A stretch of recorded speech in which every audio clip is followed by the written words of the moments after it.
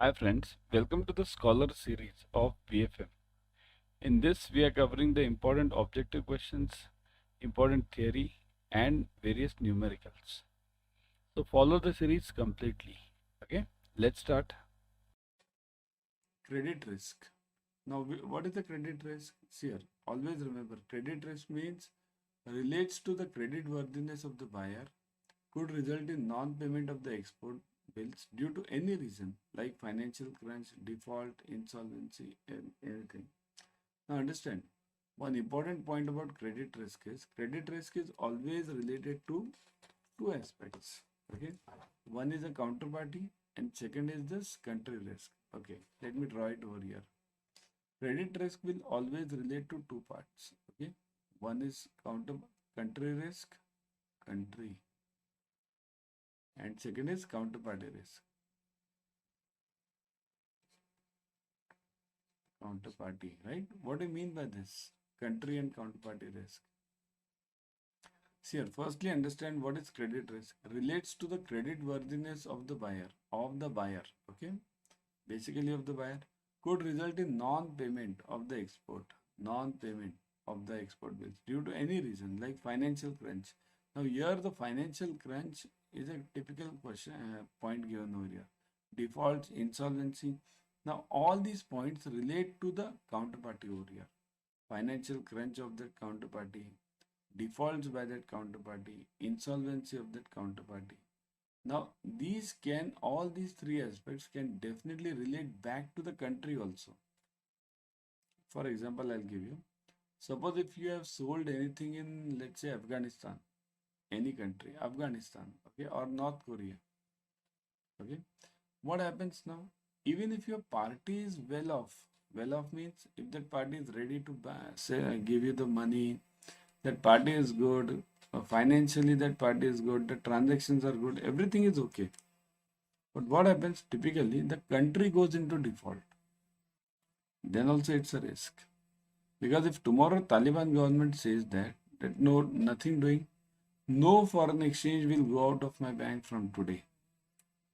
Even if your party is good, what will you do? Your payment is blocked, isn't it? This is a major problem for the country risk.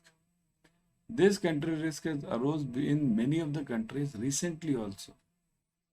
To name the few, all our neighbors, check all our neighbors, almost all. One is this Afghanistan, second is Pakistan. Look at this, what has happened. Look at Sri Lanka, what has happened, right? Means all these three countries, these are the major three neighbors of us. There is also Nepal, but Nepal doesn't have much foreign exchange as such. Okay, so these three countries will always have always been the credit risky countries, to be frank. Okay, because there is a huge country risk in this. Now, counterparty means what? The country is good, but the counterparty is bad. Means your buyer is bad. Your buyer is not ready to pay. So this can be willful also.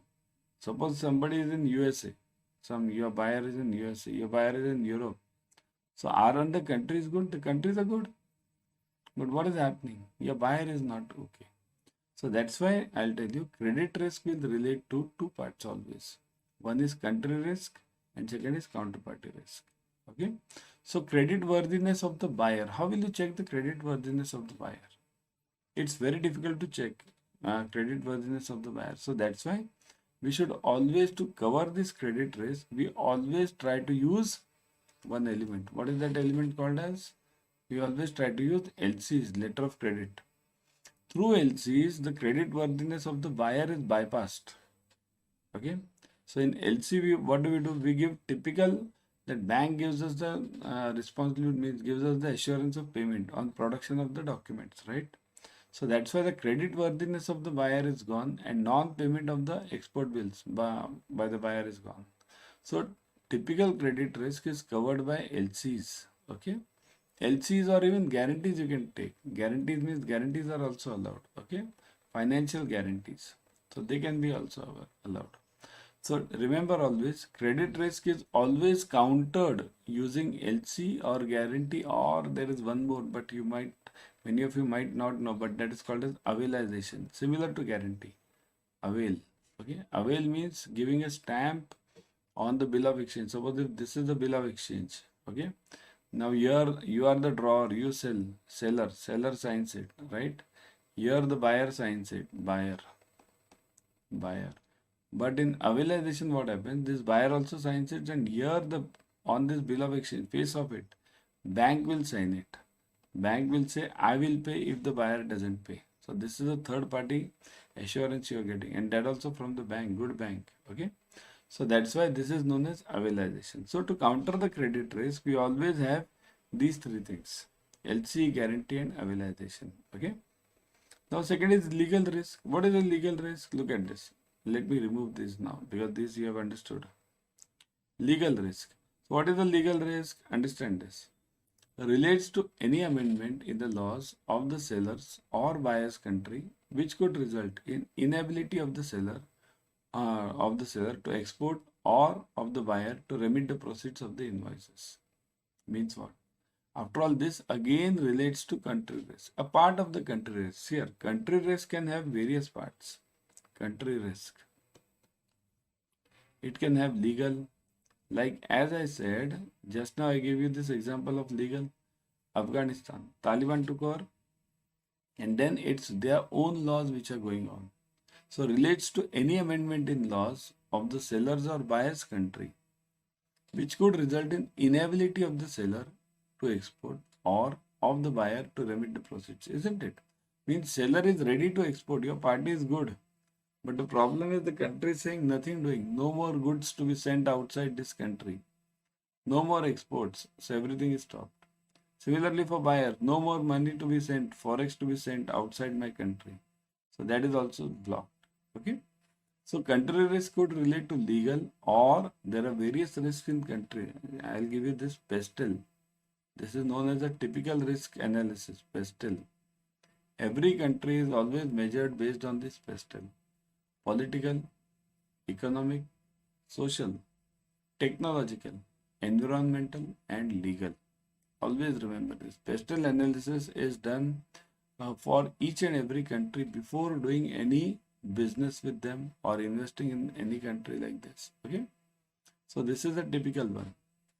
I'll give you one more example in legal risk. Suppose if you go in many of the Middle East countries, the checks which we have, checks in India, checks are typically for how many months? Maximum 3 months, right? Beyond 3 months, you can't use those checks in India. But in some of the Middle East countries like UAE and others, you have those checks which are being used for almost 2 years also. Because that is a legal process, legal system, right? In India, you can take the collateral, right? And nobody stops you. Suppose in some Middle East countries, the collateral is, if it is to be taken, how can you take it if you are a foreign bank over there? You can't take it because there the laws are different regarding the property. So it depends on those laws. Okay, that's why it's called as a legal risk. Means whenever you have to enter any country for doing any business, you have to typically be sure that what are the legal problems in that. Okay. So legal risk continued. This could be due to the embargoes on the countries, ban restrictions on the export of a particular goods, ban restriction on remittance of funds to particular country. I'll tell you one thing like ban. What is ban or restriction of export? On export. Look at this.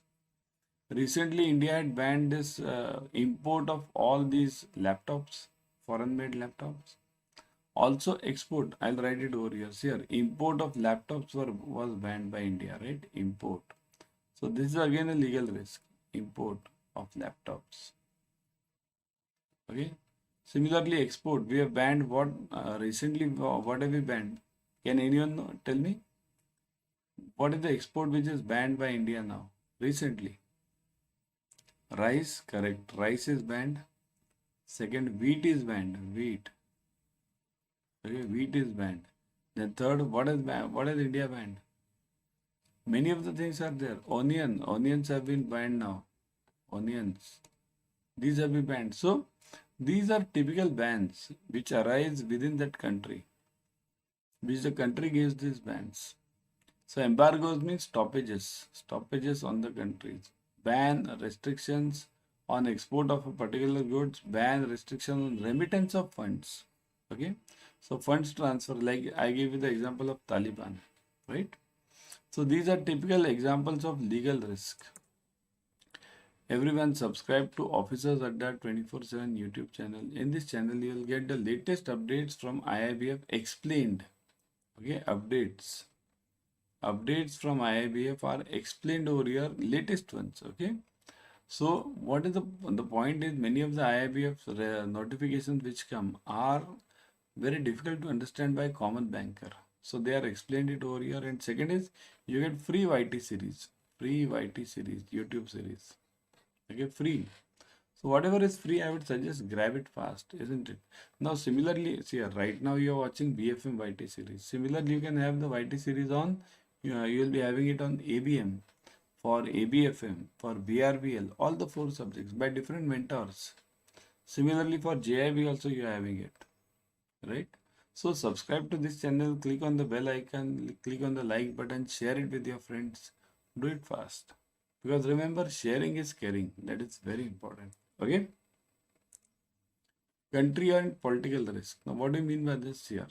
Just now we saw some part of the country risk, but again we'll see the political risk now. It relates to the development in the country of the buyer or seller leading to default in export or payment. So developments in the country, developments means these developments are always dynamic, remember, or buyer leading to default in the export or payments.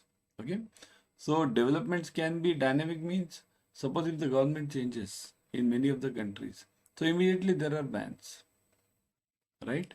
Similarly, for example, right now in US, what is happening? They are coming up with the elections, right, in 24. So now the new candidate has told that he'll put a tax on India. Donald Trump, he has told that he'll put a tax on India if he comes to power. What is this? This is the intention of the political risk, right? Some other countries have also done the same. Means China is generally is not a friend of good friend of India. So it always tries to put some taxes, something on Indian goods, right? So these are all political risks. There are also friendly countries as such, like in UAE for India. They are typical friends. They have allowed freely everything. Okay. So relates to the development in the country of the buyer or seller leading to the default in the export or payments. This could be due to uncertainty in laws, right? Uncertainty in laws. Uncertainty in financial position of the countries. Remember, financial position of the countries. This is typical. Okay. Discordant relationship between the countries or fluid political situation. So discordant relationship between the countries means friends and foes, means going against each other. Okay, discordant means cross relationship. And fluid political situation. Fluid means what? Like if you see this fluid political situation, I'll give you a typical example. In many countries, like for example, in this Israel, if you check Israel country, they have so many elections. Every 7 months, they are nowadays having the elections, and the government changes. So that is fluid situation. If you go typically in South African countries, typically their government changes every now and then. So that is fluid political situation. Okay. So fluid means what? Very fragile political situation, right? So developments, uncertainties in law, financial position of the countries, and discordant relationships. These are the typical risks. Okay, let me come to few more. Countries' weak forex reserves position could lead to the shortage of foreign exchange or inability to buy foreign exchange, resulting in externalization issues. Now, this is a typical and this needs explanation. Weak forex reserves. Okay. Okay, just tell me one thing. We'll compare. We are neighbors over here, India and Pakistan. We'll compare India and Pakistan. Okay.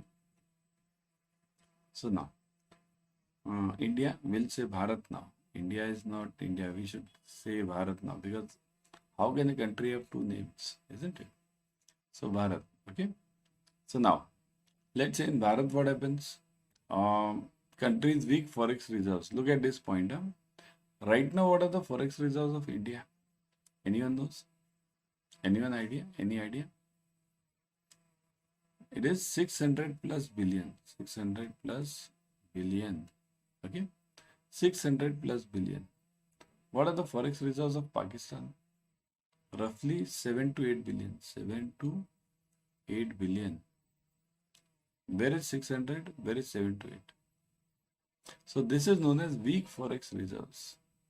World Bank says here every time World Bank has given, and in fact IMF has given a simple rule. IMF says that which country is stable country? Which country do we call it a stable country? The stable country definition they have given, any country whose forex reserves are sufficient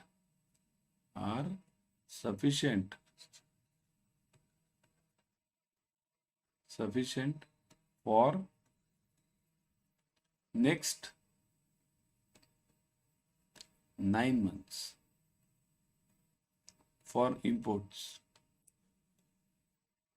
So that country is called as stable. Okay. Now look at India's 600 plus billion reserves.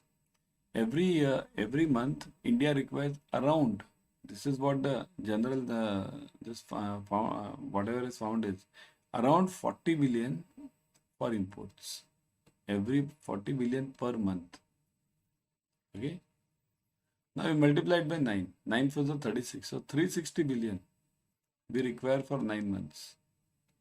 Right now, how much are we having? 600 billion. So we are much more than the stable. We have a best rating. That's why India is having nowadays, and this rating is very high for India. Okay, and it is going up constantly. So important point always remember over here. Countries' weak forex reserves will always lead to shortage of the foreign exchange and inability to buy foreign exchange, resulting in externalization issues. Now look, if you look at the inflation, if you look at the typical inflation, then what happens? If you look at the inflation, okay, inflation in Pakistan has rose heavily. Similarly in Sri Lanka, rose heavily. Why? Because less of the forex reserves. Okay, this less forex reserves always leads to high inflation. So this is a typical reason. Got it? So that's why any country's forex reserves will lead to a problems of inflation, political problems, legal problems, social problems. All these problems here, after all, it's money. If you don't have money, nothing can, means you can't play games with money. Either you have this money or you don't have the money, isn't it? Everyone download Adda 24/7 app on your mobile. In this app, you will be getting the premium study material, plus live classes, ebooks, tests, everything. Whatever you need, you will get it over here. Okay? Operational risk. Operational risk relates to operational issues at both ends or even at the supporting organization's place. Means, what do you mean by this? Both ends. What are the both ends? There is a typical here. Let's look at every export or import transaction. There is a typical exporter, right? From any country it is. Then second, we have typical importer. The one who buys, right? Importer. Now the in between, how will the goods over here should reach from the exporter to the importer, right? But how will they reach it? It reaches through supporting organization, means shipping company. So shipping company. Okay, shipping company. So this is known as the third party or shipping the supporting organization. Relates to the operational issues at both ends or even at the supporting organization's place. Means if the exporter is having some problem, then that exporter won't be able to ship the goods. If the importer is having the problem, the importer won't be able to give the funds, right? Funds back, because funds should be received from importer. So importer won't be able to give the funds, right? Then strikes at the seller's factory. So this can also happen, strikes at the seller's factory or even seller's raw material supplier's factory. So if exporter is getting some raw material from somebody to prepare the goods, right? So somebody is supplier to this exporter also. So if there is a strike or some problem with that supplier, even then raw material will not be received. So exporter won't be able to export, manufacture and export. Then this raw materials supplies, transporters or loaders or banks or clearing agents anywhere. Even if there is a strike in the shipping company, there's typical strike over here, then also it's gone. You can't do anything in that case. So that's why operational risk relates to in any ways if you can't give the service. It can be due to strike, it can be due to dacoity, it can be due to terrorist attack, it can be due to floods, anything. Okay. Similarly, operational breakdowns or failures of systems, connectivity and communication, disruptions, commotions, and other strikes or errors of by operating staff could lead to non-shipment or delay in shipment, shipment of defective or damaged goods, delays in making payments or receiving payments. So anything which relates to the stoppage of any transaction. So what are the transactions over here? Look at this. Failures of systems, connectivity, communication. So if there is no communication, how can you communicate with that guy in USA? Okay. Disruptions, commotions and other strikes, errors by operating staff. Errors by operating staff is also an important part. Huh? Error of commission and omission. We have this. We had this in your JIB, right? So these errors can also lead to huge problems. Could lead to non-shipment, right? Now, before going, everyone, join our Telegram channel, YouTube channel, and Instagram channel. These are the QR codes. Kindly scan them immediately. Okay. See here. This.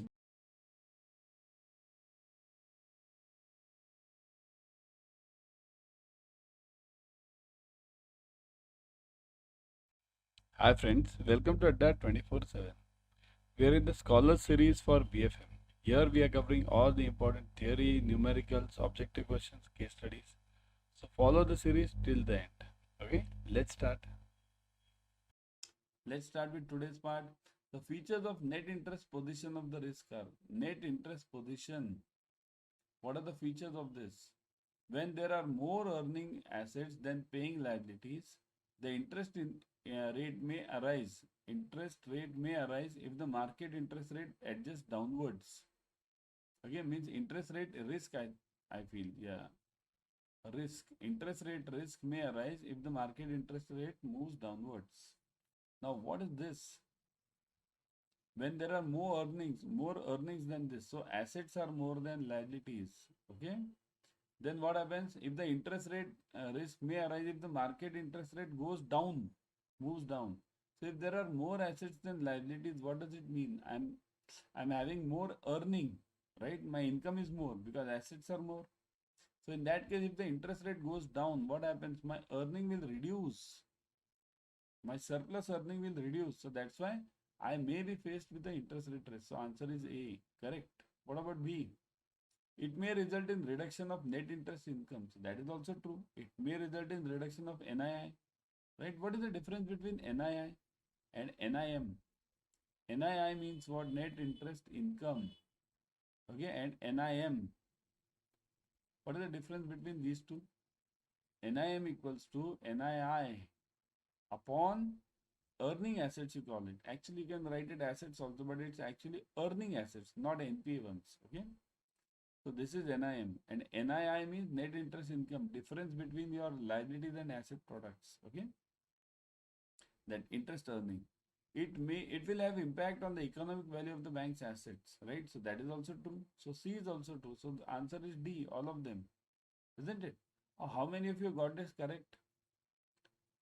Type in the comment section if you got this here. Be true to yourself because in exam I won't be there. It's you who will be answering it. So be true to yourself. How many of you got this correct? D1. Type yes. Correct. Got it? So D. Which of the following are not the features of the price risk? Not the features. And price risk. Price means what? Price of the bond goes up or down. That is basically the meaning. Sure, always remember one thing. Interest risk, interest rate, I'll call it rate, okay? Interest rate risk is always related to price risk. Both of them go hand in hand. Price risk, okay? Because the logic over here is if the interest goes up, repo rate, let's say, if the repo rate goes up, the price of the bond will go down. Price of the bond, okay, it always goes down. So it will go down. So that's why they go hand in hand. Interest up, price down. Interest down, price up.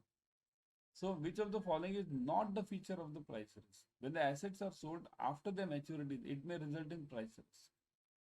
So assets are sold after their maturities, after, okay? So it may result in price risk. Is it so? When assets are being sold after their maturities, okay, I'm holding those maturities with me. So it may result in price, means the price may go up or down. Is it so? It will never, because after the maturity means what? Whatever is the final amount, I've got it over there. Now, when do I take it? That's a separate aspect altogether. Mature up to the maturity, only the price risk is there. This is known as operations risk. This is the part of operations risk. If you hold the bonds after the maturity also, means your operation team is not working properly. So this is when the assets are sold after the maturity, it may result in price risk. So not a feature. So this is, we want false one and this is false one. Okay, so this is true. What about the second one? The price risk is closely associated with banks trading volume. Price risk is associated with banks trading volume. That is true, but okay, because the more the trading volume, more will I have the price risk. Banks may create such trading investments out of short-term movements in the interest rates. So that is also true. I can create investments by the short-term movement. So this is true. But I want what? False. So only A is the answer. When assets are sold after the maturity, it may result in the price risk. Okay, I'll clear this board over here. Okay, so that you can watch it freely. So this answer is A over here. Okay. Everyone download Adda 24/7 app on your mobile. In this app, you'll be getting the premium study material plus live classes, ebooks, tests, whatever we require for clearing JIB and CIB, we get it over here. What do you require for JIB and CIB clearing? Three things only. Only three things. One is ebooks, means books basically. Second is test to check your knowledge. And third is classes. So all of them are over here. Okay, download it right now. Which of the following statements are not correct? Here, always focus on the question. Do they want correct or not correct, true or false, whatever. Okay. So this is they want false. Okay. Now focus on false. The bond prices and the yields are directly related. Directly. I just now told you in that second question only, right? That bond prices and yields are inversely related. Okay. So this is false. So you have got the answer. Is there any answer? All of the above over here? No. So others are not true at all. Move this, take this and move on. But let's see the other one because now we are in the study session. In the exam, don't waste your time. Immediately move on. Okay. Market risk may apply for pricing risk for the assets held in the trading book. So market risk may apply for pricing risk for the assets held in the trading book. So that is true. There are two books in the banking. Always remember trading and second book is what? Banking book. Here the assets or the bonds are held over here for up to the maturity. This is for statutory purposes, CRR, SLR, and this is for proprietary, means buying and selling, earning profit. So that is true. So that's why this is not the answer. We want a false one. The market risk may also apply in foreign currency risk. So obviously, market risk means what? Which is not in your hands. What is the meaning of market risk? That risk which is not in your hands, right? Like Russia-Ukraine war, COVID, is it in your hands? Nothing. RBI changing the repo rates, it's not in your hands. So that's why market risk may also apply to foreign currency risk. So that is also true. So the answer is only A. Okay, clear? Everyone type yes in the comment section if you have understood up till now. Type yes in the comment section if you have understood up till now. Type yes, everyone. Let me see the comments. Yeah. Fast. Got it? Clear? Concepts are clear? Move on. Will you be able to answer in the exam? If it is asked, will you be able to answer it in the exam? Without remembering. So don't mug up. You need to understand this. Because mugging up is not possible in BFM at all. Not at all possible because the subject is so huge and there are so many possibilities, so many numericals, so many case studies over here. Variety of questions are there. That's why I would suggest join this Sankalpa batch. Okay, I'll come to this later. I'll show you how to join it. We are covering all the numericals, objective questions, case studies, everything is covered. Okay. What is not a forex risk here? That's why they ask you these negative questions. Not. So we want not. False again. False. A risk may arise due to favorable exchange rate movements in the forex. It's called as forex risk. Favorable means I buy dollar for let's say 75 rupees. Okay. And now the dollar rate is 85 rupees. So is this a risk to me? I have brought it. See, I have purchased it. I have bought it at this rate. And now the rate is 85. Is it good for me? It is good for me, isn't it? So this is not a risk. This is false. And this is what I want. See, first only you got this answer A. But what about this? Now there is the option of all of these also. So these and these can also be false. This forex risk occurs on account of open position in spot or forward contracts. So this forex risk arises because of open position in the spot. Open position means what? Day end position. Right? Open cash or day end cash, volt cash, what we say. In our bank we have volt cash. Same logic. Volt position, day end position. So this will definitely arise because of this. So this is true. So obviously now don't even check this third answer, right? In exam, don't check it because you know this is true. So all of them can't be the answer. So A is the answer. Now for just checking this as we are in the study mode, that's why it is applicable to individual foreign currency. That is also true. Individual foreign currency means same logic. I brought dollar at 75 rupees and now it is 70. Then it is applicable, right? So this is true, right? Everyone subscribe to Officers Adda 24/7 YouTube channel. See here, in this channel, you will be getting the free YouTube series. Okay. Plus, we are having Instagram channels. Free YouTube series on all the subjects. We are having Instagram channels, LinkedIn channels. Join them ASAP. Okay. I'll show you how to join them. These are the features of the basis risk. Basis risk means what? What is meant by basis risk? The rate of interest of liabilities and assets means deposits and this loans changes differently in different magnitudes. ROI changes differently means the rate of interest of deposit changes by 2% and rate of interest of this loan changes by only 1%. So that is known as the basis risk. When the interest rates of different assets, liabilities and off balance sheet items change in different magnitudes, it is called as basis risk. What is it? Now you tell me. Is A true? A correct answer? Yes? Type yes if you feel A is the correct answer. Interest rates of different assets, liabilities and all these. Okay? So A is correct. Okay? But there is the option called as all of these. So that we'll have to check now. All of these means I'll have to check B and C also. When the interest rate of assets rises in different magnitudes as compared to the interest rate in the corresponding liability, which may result in variation in net interest income, it would be known as basis risk. So again the same, wording is different only, logic is same. Assets interest rate rises in different magnitude than that of the liability. That's it. So B is also true. So once you get A and B true, immediately you jump to D. Okay, because obviously C will be true, isn't it? So the basis risk is quite visible in volatile interest rate scenario. Obviously, volatile means high changing interest rates, very high changing. Okay. Right now in US, the same thing is happening. If you check USA, they are facing the same crisis now, volatile interest rates. Okay. Which of the following is not correct regarding the basis risk? Not. So again, we want what? False. Always immediately mark this. You want false answer. When the variation in the market interest rate affects net interest income, income to expand it, it will be unfavorable basis shift. So variation in the interest rate affects the net interest income to expand it, it will have unfavorable. So net interest income is expanded. So it will have unfavorable. Expanded means what? My net interest income is increased. So if it is increased, then is it unfavorable for me? So that is false, obviously, isn't it? So this is gone. So A is the only answer. Don't even look at B and C because all of these is not the option. So A is the only answer. But then also, today we'll do it. In exam, don't do it. Exam, just move on. Okay.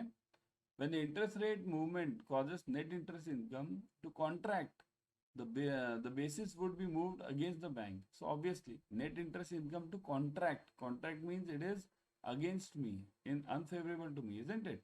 So that's why B is true. So this is not the answer. We want false. This is true. Okay, true. The loan portfolio is funded out by of a composite liability portfolio. This causes higher degree of basis risk. See here, composite liability. Composite means various liabilities. Liabilities can be saving, can be current, can be FD. So if I am having the composite liabilities, this will cause a higher degree of risk to me. Obviously, because all will change in different magnitudes. So that is true. We want a false one. Okay. Now I told you how to join this Officers Adda 24/7 YouTube channel. See here. On LinkedIn, this is for LinkedIn. Okay, LinkedIn. No, sorry, not LinkedIn. That's yeah, this Telegram channel. LinkedIn I generally use. Okay, Telegram. Telegram channel. So this blue one is for Telegram channel. This black one is for your YouTube, YT. Okay, and this next one is for Instagram. So join all of these. Insta. Okay, join all of these. Scan this. Just scan this and you'll get it. Okay. Because as I told you, we cover all the important YT series, all the important questions, important tests on these channels. Immediately join. Okay. The features of embedded option risk are, embedded option means what? What is embedded option risk? It means anyone can repay my loan. Suppose if I have given a loan to somebody, term loan or CC, customer comes tomorrow with all the money and says, okay, Tata bye bye, take your loan back. Deposit. Customer comes tomorrow with the slip, the deposit slip or that deposit receipt and tells me, Tata bye bye, take this receipt, give me my money. So this is embedded option risk where the customer can withdraw their deposit funds anytime or repay their loans anytime. So which are the features of embedded option risk? When the bank is exposed to the risk due to prepayment, see here, prepayment of loan or premature withdrawal of term deposit, it is called as embedded option risk. Just now I told you, same, right? So A is the answer, but there's an option of all of these also. Check this now. This can be experienced in volatile situations. Volatile means too much changing rate of interest. This generally happens in volatile. Okay, so B is also the answer. So obviously now D will be the answer. C is true.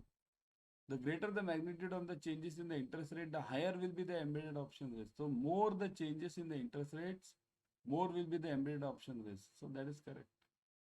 Okay. These things do happen in volatile situations because what happens if the customer is having a loan with you, okay, and now due to volatility the rate of interest of the loan changes drastically. Right now you are giving the loan at let's say 8% to this customer, okay, and due to the volatile situation your bank increases the rate to 10%. So good customers will run away from you, run away. They won't stay with you. Okay, why? Because 8 to 10, whose 2% extra is a huge amount for larger loans. Okay, so this is embedded option.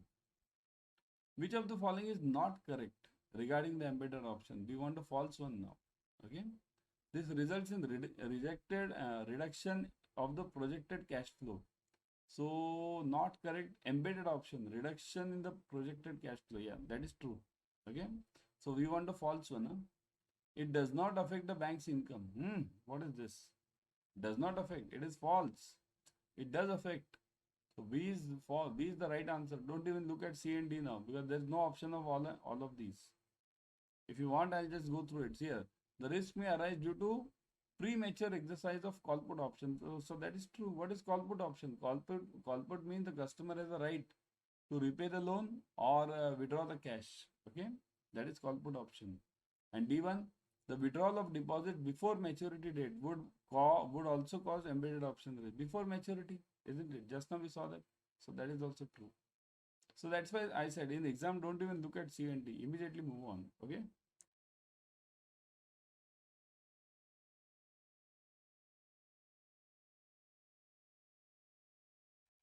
Hi friends, welcome to Adda 24/7. We are in the Scholar series for BFM. Here we are covering all the important theory, numericals, objective questions, case studies. So follow the series till the end. Okay, let's start. We'll be doing the objective questions. I'll be asking you the questions and explaining you as well. Not only I'll just ask you or give you the answers here. Answers are not that important. Explanation is important. Answers you can definitely get it in the books also, right? Which of the following foreign exchange operations have been useful in treasury management operations? Which of the following foreign exchange operations? So which of them foreign exchange operations have been useful in treasury management? Arbitrage, swaps, A and B both, and none of these. Now I'll tell you one thing. Firstly, give me the answer. Then I'll give you where are the loopholes.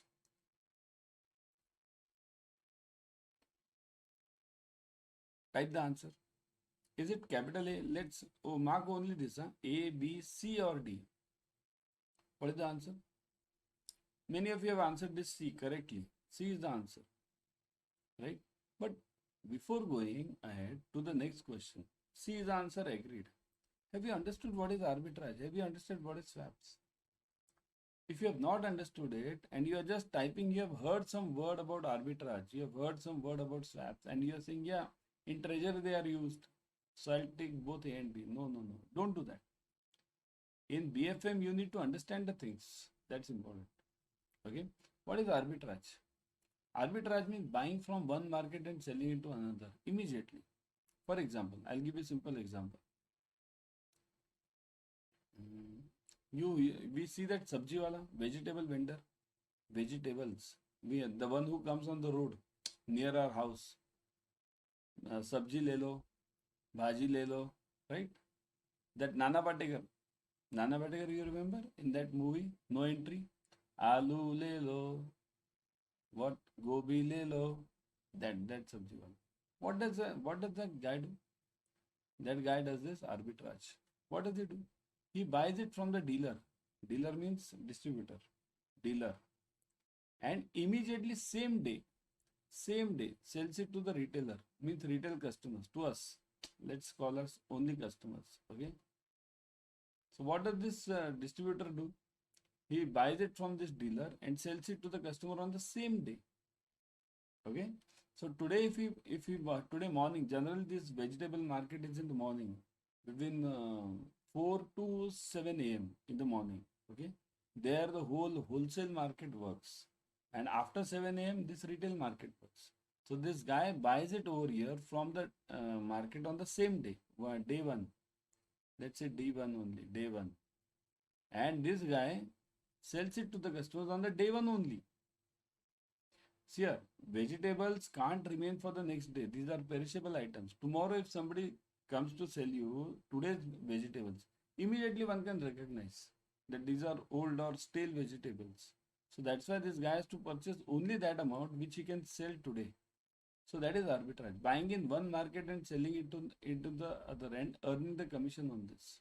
Similarly, in BSE and NSE also. Suppose if there is a Reliance share, okay, I buy it on NSE at let's say 2500, and immediately I sell it on BSE. Suppose there is a gap, price gap between these two exchanges for let's say this happens hardly for 4 seconds. 4 seconds. So there is a gap of 2500 over here and it is 2503. 3 rupees gap is there. So what will I do? I'll buy 1 lakh shares over here and sell 1 lakh shares over here. So what have I done? I want 3 lakh. 1 lakh into 3. 3 lakh. In how many seconds? 4 seconds. That is arbitrage. Safest. Okay. Swap means what? Swap is different. In swap, always remember, I'll just give you one basic over here for swap now. In swap, always there is one leg which is fixed. One leg that is fixed and other leg that is floating. Okay, floating. One leg is fixed, other leg is floating. For example, if I take 1 lakh rupees from you, 1 lakh, okay, and I guarantee you 7% rate of interest. So this is what fixed. I am guaranteeing you 7%. Okay, so this is going out. This is minus, right? For me, it is out. So I'm guaranteeing you 7% rate of interest. So this is fixed. And what do I do with this 1 lakh rupees? I invested it, let's say, in the stock market. Stocks. Now these stocks can give me, either they can give me 50% returns also, right? Or they can give me 0% returns also, or minus also, minus 50% also. Anything can happen. So this is floating. So in swaps, always remember one leg is fixed and other leg is floating. Okay. So that's why the answer is both A and B, and these both the operations are used in forex as well as in the treasury bonds also. Risk in trading securities may arise from the following. So trading in securities may arise from what? Now this is a very simple answer. Trading in securities may arise due to what? Number one, foreign exchange transactions. Second, equity holding. Third, lending and repos, and all of these. So trading securities may arise because of what? This forex. Definitely, if the rate of the dollar goes up or down, definitely that will affect it. Equity holding. How much equity I am holding? Equity holding means what? Suppose if I am holding the shares of, let's say, Infosys, Reliance, TCS, all these companies, so that is my equity holding. So if it goes up, share market goes up, stock market goes up, I'm benefiting. If down, I'm losing. Lending and repos. This is basically related to bonds. Remember, lending and repos mean, repos are the, what do you mean by repo? Everyone, what is the repo? Repo is the rate at which RBI lends to the banks, right? RBI gives money to the banks at repo.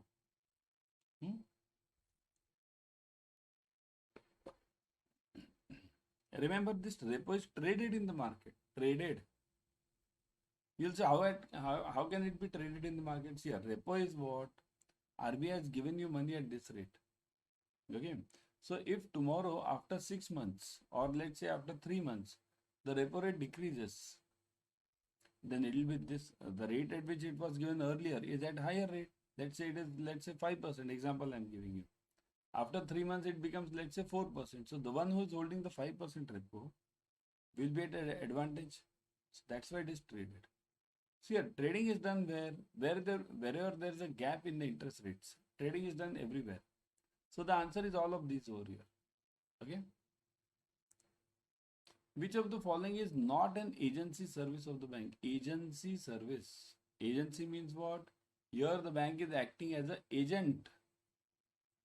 Agent. Agent means what? LIC agent. Remember this? LIC agent. Insurance. Or any other agent also. Means mutual fund agent.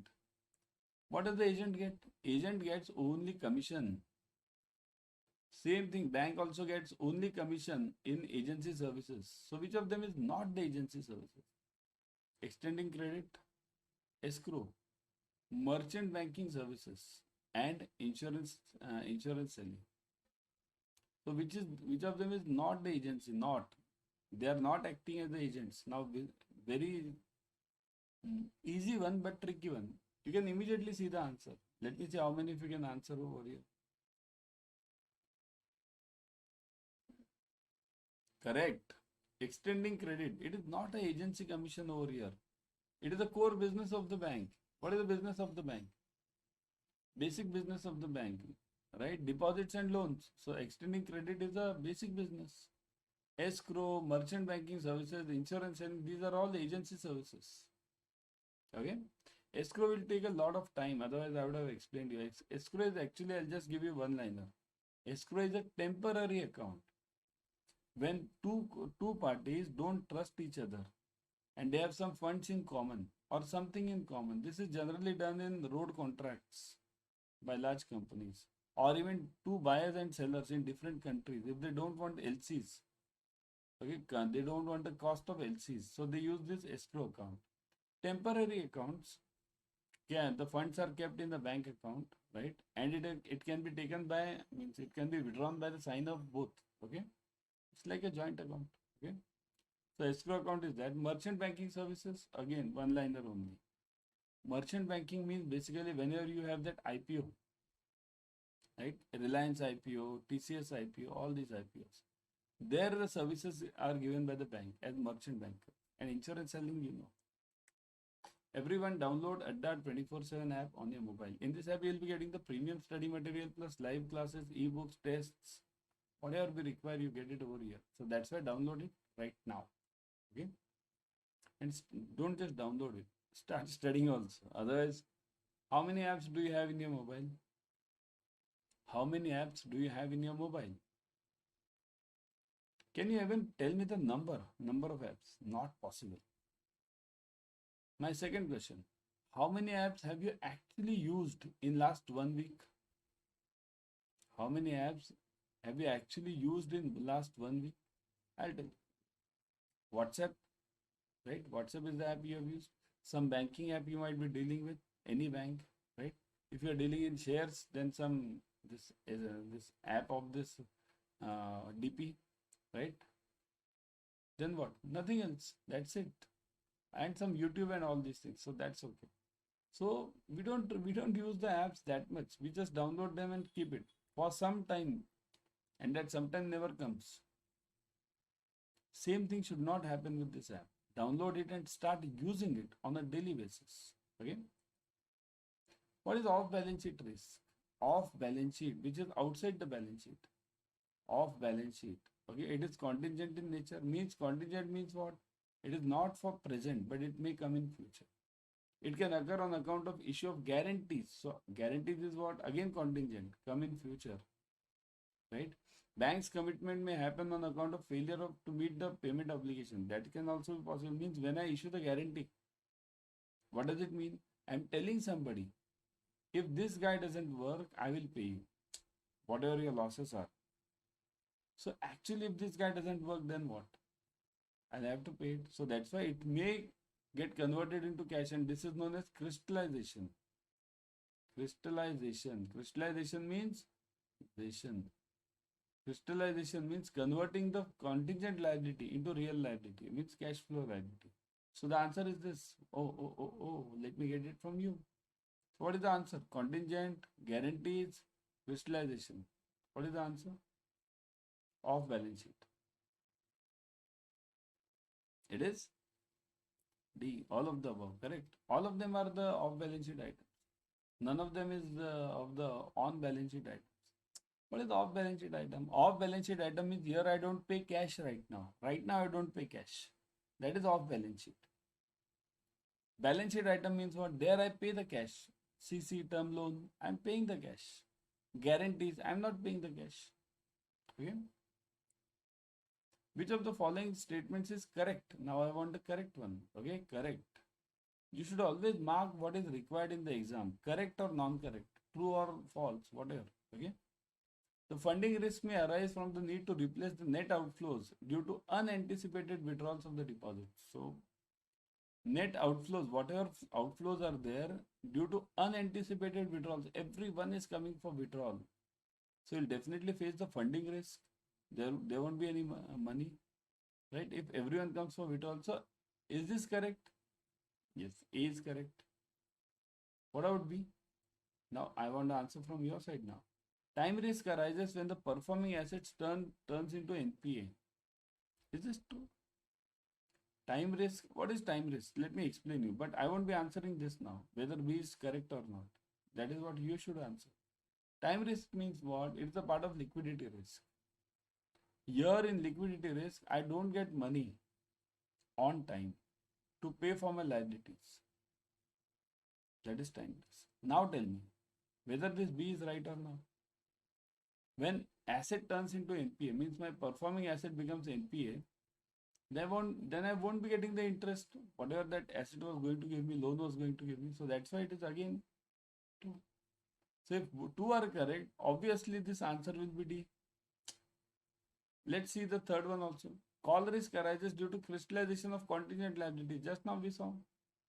Crystallization of contingent means what? If I give the guarantee on behalf of somebody and that person does not perform. So in that case, what happens? If that person does not perform, then I'll have to pay for the losses of that third party, isn't it? So when I have to pay for this is called as crystallization, and this is known as call risk. Okay. So third is also true. Okay, this is also true. So the answer is all of these. Okay, everyone subscribe to Officers Adda 24/7 YouTube channel. In this channel, you'll be getting number one, free YT series on all the subjects, and number two, latest updates from IIBF regarding the exams. They give various notifications. This timing change, that timing change, this portion added, that portion added, something, everything. Okay.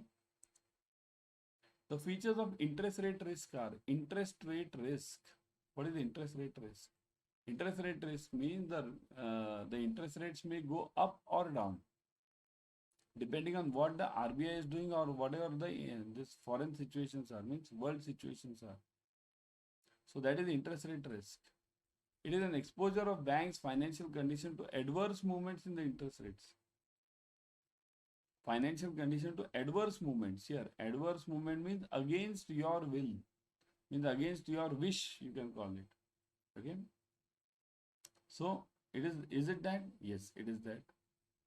What about the other one? Second one you give me. It has no effect on net interest margin. It has no effect on NIM, net interest margin. I know many of you have typed this answer D now. D. I am seeing D answer. All of these. But remember, all of these, D is, we generally have the tendency of marking all of these, none of these, either A or B. We have the tendency of marking them as an answer, but it's not always correct. Okay. So here B, it has no effect, that is wrong. It has an effect. Interest rate risk will definitely affect my NIM. It may not affect the market value of the equity. That is also wrong. Market value of the equity means whatever is my stock price. If I'm facing an interest rate risk, immediately the stock market grasps it and knows it that yes, I'm facing the problem. Immediately my stock price is affected. So answer is only A over here. Okay, only A. Which of the following is not a mismatch risk? Mismatch. What is the mismatch? Mismatch means assets and liabilities mismatch. Okay, not. We want not, but not a mismatch. Always focus on what is required in the exam. Okay, holding assets and liabilities with different maturities and amount. Is it not a mismatch risk? Liabilities I'm having for 3 years, assets I'm having for 1 year. Is it not a mismatch? Yes, it is a mismatch. So I want not a mismatch. This answer is true. I want a false answer. This is what is my requirement? F. This is my true. T. Adverse movement in the interest rates. So is it not a mismatch? Adverse movement. Yeah. See this. Let me see the answer from your side. What is C? When the liability is repriced on maturity date and this causes variation in the interest rate. So what is this?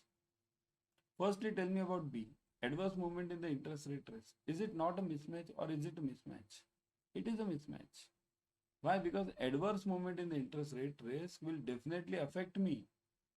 For let's say same case, asset for 1 year, liabilities for 3 years. If the interest rate moves in adverse directions, it will definitely affect my asset and liability positions or my net profit over here. What about the C? When liability is repriced on the maturity date, this causes variation in the interest rates. So, when liability is repriced, see this is known as repricing, reinvestment risk, repricing risk. So, this is not a part of mismatch. This is false. This is a reinvestment risk. Okay. How to join the Officers Adda 24/7 YouTube channel?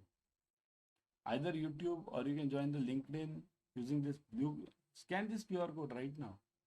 Scan this black QR code right now for YouTube. This blue one for LinkedIn. This third one for this Instagram. Join immediately.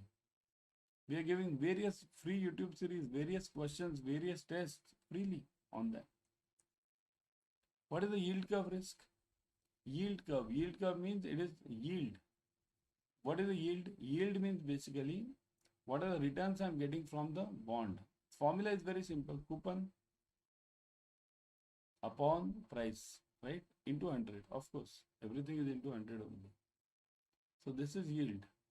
What is the yield curve risk? When I plot this yield, For various maturities, here this is time, okay?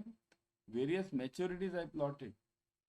So if I plot it for various maturities, okay, then the curve which I get is known as the yield curve. So when two different instruments maturing at different time horizons for price, assets and liabilities, so that is basically yield curve risk. So A is right. There may not be parallel movement in the interest rates of both the instruments. Means let's say this is 3 months bond and this is 10 years bond. So both of them will move differently. So that is also true. So once you get A and B as true, the answer will be all of these. Okay. So look at the third one also. Non-parallel movement in the yield curve may affect the net interest income, obviously. And net interest income will be affected if 3 months moves faster and 10 years move slower. So it will be definitely affected, isn't it? So that is again a yield curve risk. Got it, everyone? So what is the yield curve risk? Everyone has got this?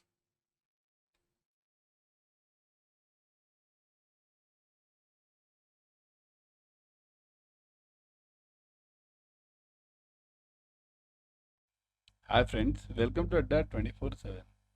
We are in the Scholar series for BFM. Here we are covering all the important theory, numericals, objective questions, case studies. So follow the series till the end. Okay, let's start. First question. The liquidity risk of the bank arises from. So liquidity risk of the bank, of any bank. Liquidity means what? What do you mean by liquidity risk? It means that I don't have money at right time. That is very important. At right time, whenever I have to pay my EMI, I don't have money. That is a liquidity risk. Same thing about the banks also. Bank has to pay some bond holder. Okay. At that time, bank doesn't have the money. That is a liquidity risk. If some depositor comes for withdrawal, bank doesn't have money. That is a liquidity risk. So this liquidity risk of the bank arises from number one, funding of long-term assets by short-term liabilities. Long-term assets by short-term liabilities. What do you mean by this word? Suppose let's consider all these cases. Okay, let's consider all these cases. Let's say this is deposits. Here, liabilities means deposits, assets means loans. Okay. Now, case number A, funding of long-term assets by short-term liabilities means what?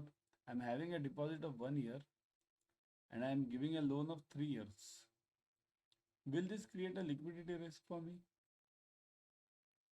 Just type yes or no over here. Huh? Let's see later. B1. Funding of short-term assets by long-term liabilities. So deposit of 3 years and loan of 1 year. Will it create a problem for me? Funding of long-term liabilities by short-term assets. C. Funding of long-term this is ab initio wrong. This is from start only wrong. Why? Liabilities funded by assets. Is it possible? Not at all possible. Assets are always funded by long-term liabilities. Means long-term or short-term. Assets are funded by the liabilities. So C is ab initio right, wrong. Okay, ab initio means from the start itself. We need not even discuss this. That is the point. Now the question lies between A and B. Between A, 1 year deposit I am having and 3 years loan I have given. So will it create a problem for me? Yes, it will create. Why? Because this guy who has deposited, this person will come to me after 1 year, but this person will pay to me after 3 years. So this will be a problem to me. What about B? If this person has given me a deposit of 3 years, this guy will come after 3 years, isn't it? This guy will come after 3 years, but this guy will pay me immediately after 1 year. So I won't have any liquidity problem over here because whenever this person comes, I can repay him back, him or her. Okay. So the answer is A. Funding of long-term assets by short-term liabilities. This is a basic logic based on which this question is dependent. And such questions are asked to in exam. Remember. Okay. Move on. Funding liquidity risk is defined as funding liquidity. Remember this. Funding means I don't have funds. Liquidity risk, but related to funds. So that is defined as excess of liabilities over assets. Excess of long-term liabilities over long-term assets. Excess of short-term liabilities over short-term assets.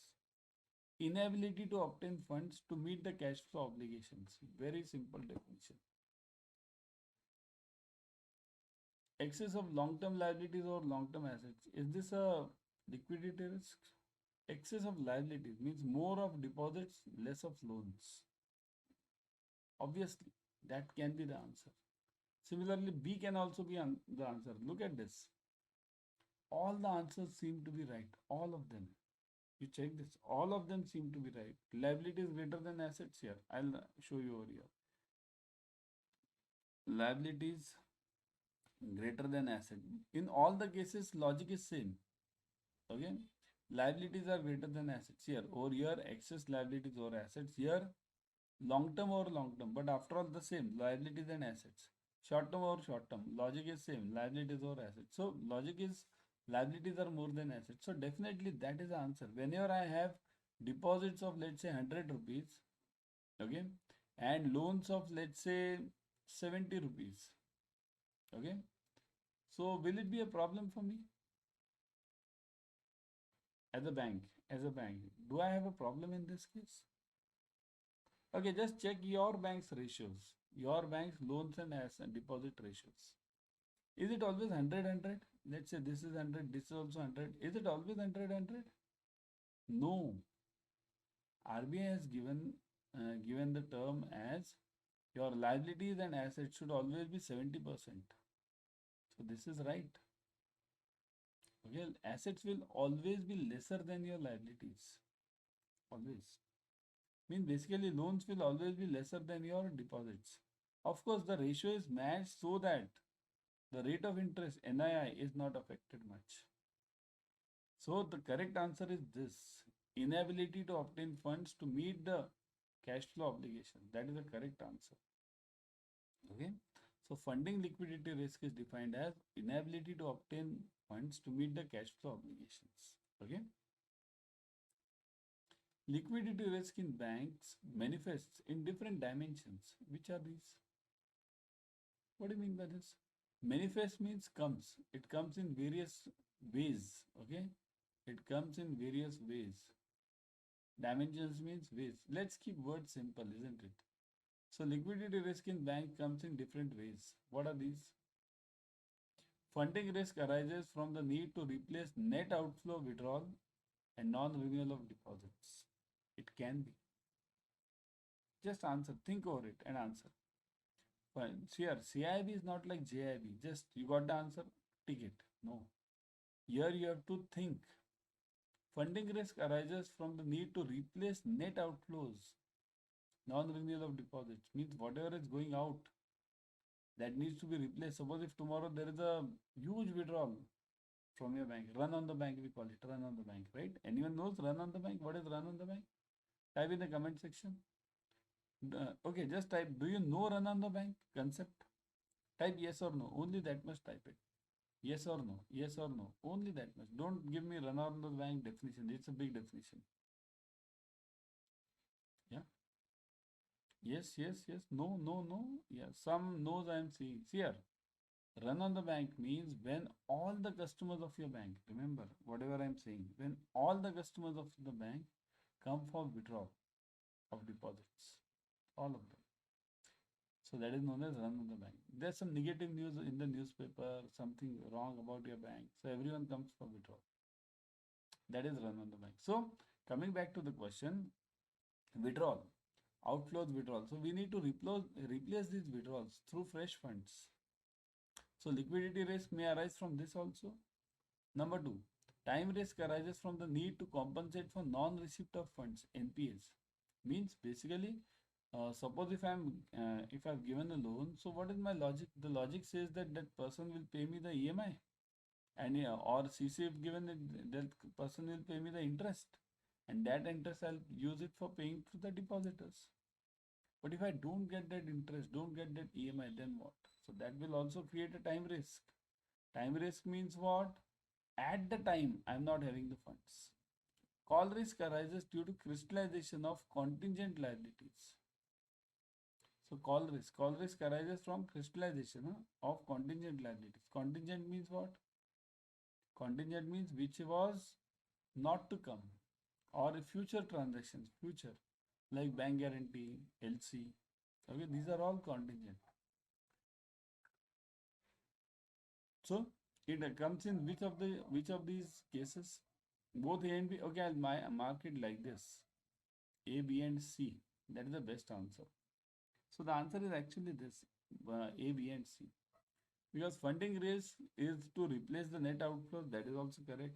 Time risk is for compensating the non-receipt of fund. That is also correct. And call risk is also a type of this liquidity risk only. Because if tomorrow there is a huge bank guarantee to be paid by you, then from where will you get the funds? Urgent funds. Okay. So both, not both. Actually, it's A, B, and C. Okay. Everyone subscribe to Officers Adda 24/7 YouTube channel. In this channel, you will be getting latest updates from IIBF on JIB and CIB. Means what is updates from IIBF? IIBF gives various notifications. Like now it's exam time, so it will give certain notification that this exam time changed, that exam time changed, this subject's portion is this, something has been added over here, something like this they'll give. So these notifications are explained on this channel immediately. Officers Adda 24/7. Also, you get free YouTube series. Here, right now, what I'm watching, you're watching the same free YouTube series. So you get a free YouTube series on the channel for all the subjects of JIB and CIB, all. Okay. So that's why subscribe to it, click on the bell icon, click on the like button, share it with your friends. Okay. When an asset maturing in where an asset is maturing in 2 years, the liability risk will be, suppose if any asset means loan is maturing in 2 years. Okay, 2 years means what? I have given a loan and that guy or girl will be paying me after 2 years. Okay, so what is the liability risk? Now look at this liability risk. Means what risk will I face from the depositor's angle? Basis risk, yield curve risk, gap risk, embedded option risk. From the depositor side, I'll face this risk, depositors, embedded option, right? See here, if this asset is maturing in 2 years, means there is a loan. Let's look at it this way, loan, okay? If this loan is maturing in 2 years, this deposit, I may face a deposit. See here, I have to fund this loan by this 2 years. So what I have to fund is, I have to see to it that I have sufficient deposits for this loan. But if these deposits get matured, FD gets matured, there's a withdrawal, then will I get the same FD of the same amount afterwards? If after the withdrawal, will I get the FD of the same amount at the same rate? That is known as embedded option risk. Embedded means what? Anytime it can withdraw. Suppose if I need this 1 lakh rupees over here and this 1 lakh is withdrawn from here, depositor's angle, then my balance sheet is in a problem. So embedded option risk means there is a chance of withdrawal of FDs, withdrawal of savings deposits, plus there is a chance of repayment of these loans also. Now this is from the loan side. Somebody repays these loans. So embedded option risk is for both the sides, loan also and deposit also. Here we are talking of liability, deposit side. So that's why it's a main embedded option risk. The risk of adverse variance of mark to market of change in the market price of the interest rate instruments, equities, is called. So mark to market. What is mark to market? Mark to market means that basically the logic behind mark to market is, suppose if I brought let's say a bond, and that bond I am not going to sell immediately.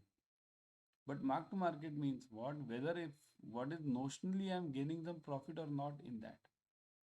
That's the meaning of mark to market. Suppose if let's say you have brought a flat, you have purchased a flat, okay, for staying flat you have purchased.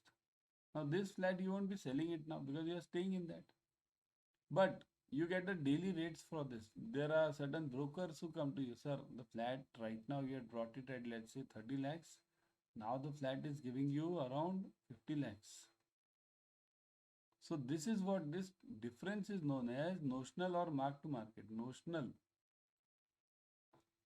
or other name is mark to market, M to M. Okay, M to M means what is the rate at which I had brought and what is the present value of my security. Okay, So risk of adverse variance of mark to market value of change in market price in the interest rate instruments is called as price risk, market risk, translation risk, both A and B. What is the answer? Let me get it from you now. I'll explain you, not an issue. But let me get it from you first. It is both A and B. Price risk and market risk, both. Because here, market price risk is actually a part of market risk. And price risk arises because of the interest rates. If the interest rates go up, interest goes up, interest rate goes up, then the price of the bond will go down. Price will always go down. Price. Okay.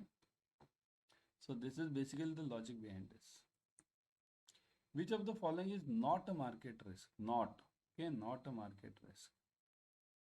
Compliance, transaction, legal, all of the above.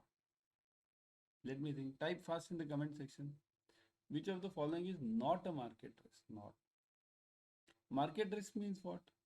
What is a market risk? Market risk means that risk which is not in your hands. Not in your hands. Okay, keep it very simple language. Okay, not in your hands. Russia-Ukraine war, not in your hands. Then the COVID situation, not in your hands. Right? RBI changing the repo rates, not in your hands. So this is all market risk. So which of the following is not a market risk? So compliance risk. Compliance means what? Submitting the returns or submitting the consent documents to RBI. It's in your hands. You have to follow the compliance. So it is not in your hand, right? Not a market risk. So it is, I'll write it not a market risk. N. Transaction risk. Transaction means whatever transaction I'm doing, I must maintain precautions in that. So there's no market risk. External forces are not acting on this.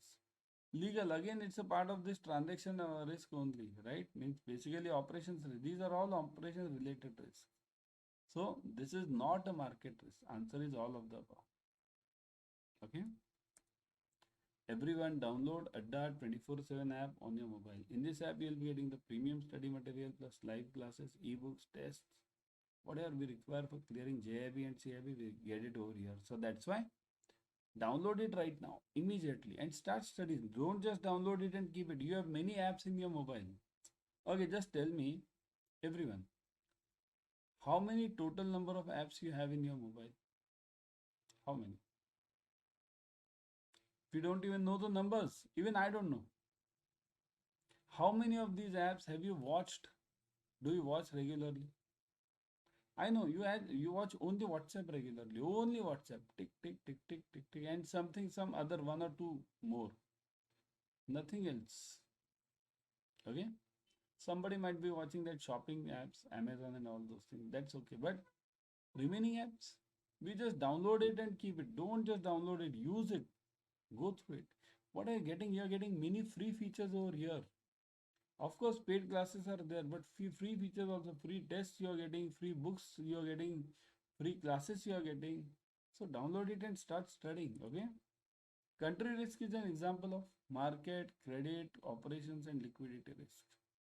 So country risk is an example of what? It is a part of credit risk. See here, credit risk always is of two types. Always remember this, two types. Okay. One is country and second is counterparty. I'll just write it. Okay, full only I'll write it. Counterparty. Because many of the students might not understand this. Short form of this is actually CP. Okay, but counterparty risk. So country risk and counterparty risk. Credit risk always has two parts. Okay. All of the following are types of price risk except, now again we want except means not, which is not the type of price risk. So all of the following are the types of price risk except commodity price, exchange rate, stock price, counterparty risk. Just now I gave you. What is the answer? Just now. Yeah. Type fast. Just now I gave you. Yeah. This one. Look at this. Credit risk is has two parts: credit and counterpart, country and counterparty. So counterparty will be a part of what? Will it be a part of price risk? No, it is a part of credit risk. So this is credit risk. This is not the one. This is yes, this is yes, this is yes. All these are price risks. But this is a part of credit risk. Okay.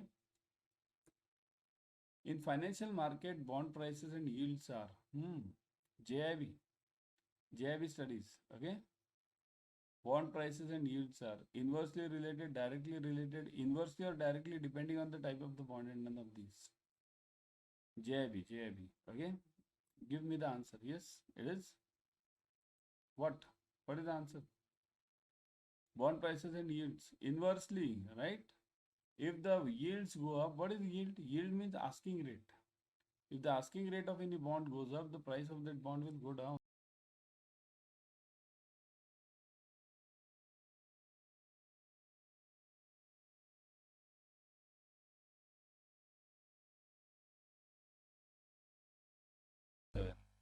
We are in the Scholar series for BFM. Here we are covering all the important theory, numericals, objective questions, case studies. So follow the series till the end. Okay, let's start. Uncertainty. What is uncertainty? Under high uncertainty, banks tend to reduce loan growth, suffer more credit risk, and charge higher loan interest. What do you mean by this? Uncertainty means like in COVID situation, there was a huge uncertainty, right? Because banks were very afraid whether the loans given will be repaid back or not. So that was the uncertain situation. So under such situations, what happens? Banks tend to reduce their loan growth. They tend to reduce their loans, right? Suffer more credit risk because there is a huge credit risk because there was huge NPAs during that COVID situation and charge higher loan interest. So banks were charging higher, that is called as risk premium. Higher loan interest is called as risk premium. Okay, premium. So this is an important term under uncertainty. What happens to the banks during uncertainty period? Reduce the loan growth, everyone. Second, suffer more credit risk, higher credit risk, and higher rate of interest. Got it? Next is adverse selection. Now, what is adverse selection in this finance term? Is the difficulty to select and distinguish healthy companies with high credit rating from those that are riskier. Isn't it very important? And see, here the logic is simple, but if we don't understand it, then it becomes difficult, isn't it? So, adverse selection is basically difficulty to select and distinguish healthy companies with high credit rating from that of the from those which are riskier. How will you select these? This you get it from the rating agencies nowadays. See here, you can solve this problem using the rating agencies. Like we have Civil over there, then we have CRISIL over there. All these companies give the ratings to various companies. Okay, these private rating companies give the ratings to these private players like Reliance or Tata's or anyone. These are the big players, but there are also smaller companies. Ratings can be given to them also. So what is the difficulty to select a healthy company from the riskier company? It's that simple. Okay, so that's known as adverse selection. What is financial risk? Everyone, financial. Okay, you might be knowing this. Everyone knows the terms financial risk, but exactly what is required in the exam, that is the point of discussion, right? Otherwise, everyone knows what is financial risk, right? At a personal level, we always take the financial risk for investment in shares, for investment in mutual funds, right? But at a company level, at a CIB level, it is what is it? See, financial risk is the possibility of losing the money on an investment or business venture. Simple and plain equation, right? Plain definition. Losing the money. Whenever I am losing the money, it's basically the risk. Some more common and distinct financial risks include credit risk, liquidity risk, and operational risk. So these are the common and distinct financial risks. So common risk means what here? I always face the problem of credit risk. What is this credit risk? Credit risk means if the bank gives a loan to somebody, whether the loan will be repaid or not, that is known as credit risk. Whether it will be repaid or not. Okay. Liquidity means what? If I give too many loans, suppose if the bank gives a higher percentage of loan as compared to its deposits, then it will be facing the difficulty in paying the normal rate of interest also. Okay. Or normal liquidity risk it will face for paying the common bills.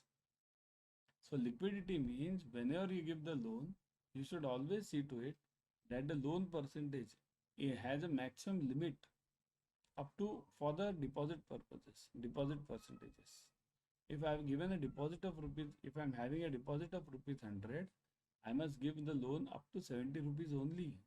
70% is a good ratio for loans. Okay. So liquidity risk. And next one is operational risk. Operational means what?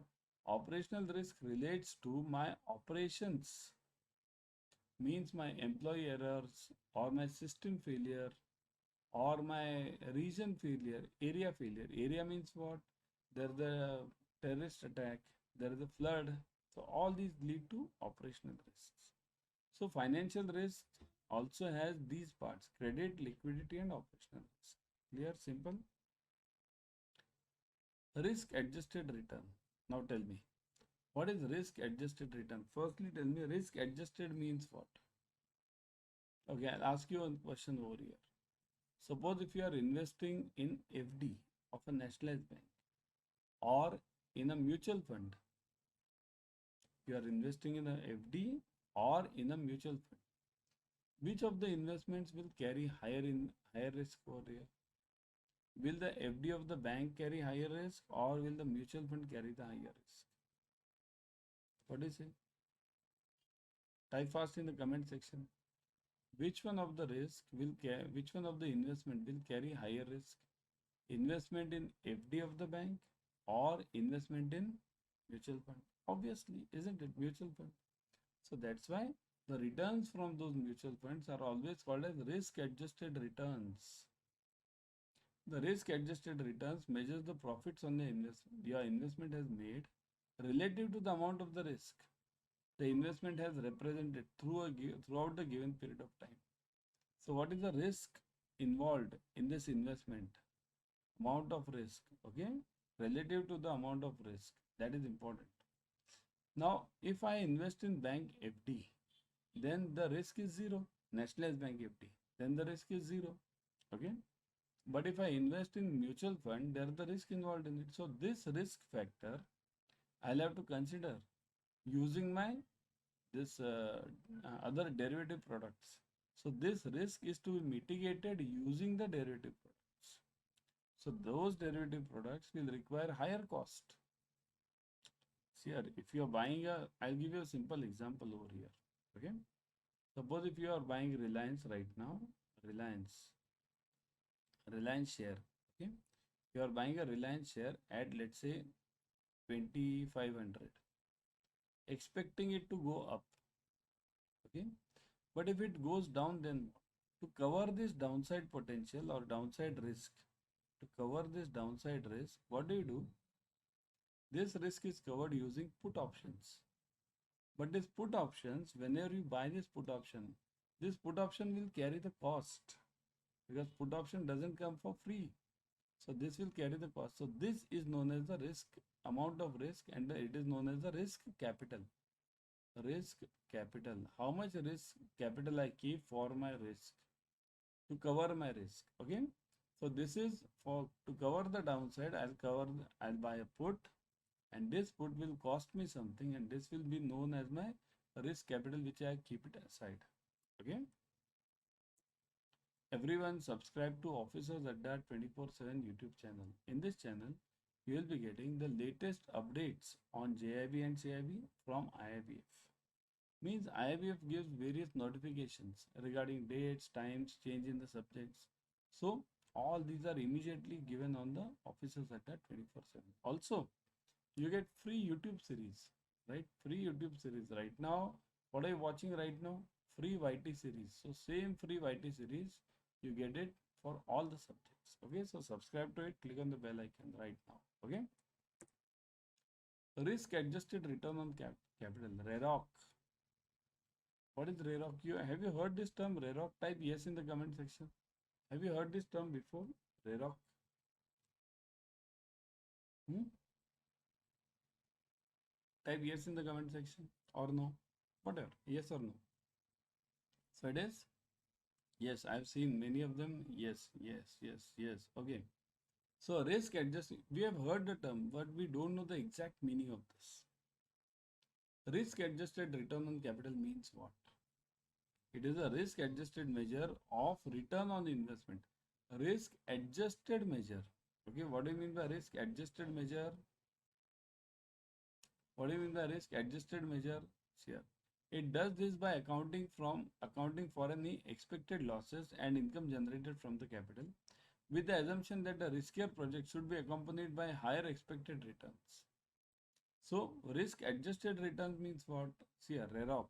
So same as this earlier, we have seen one earlier definition just now. Similar to this.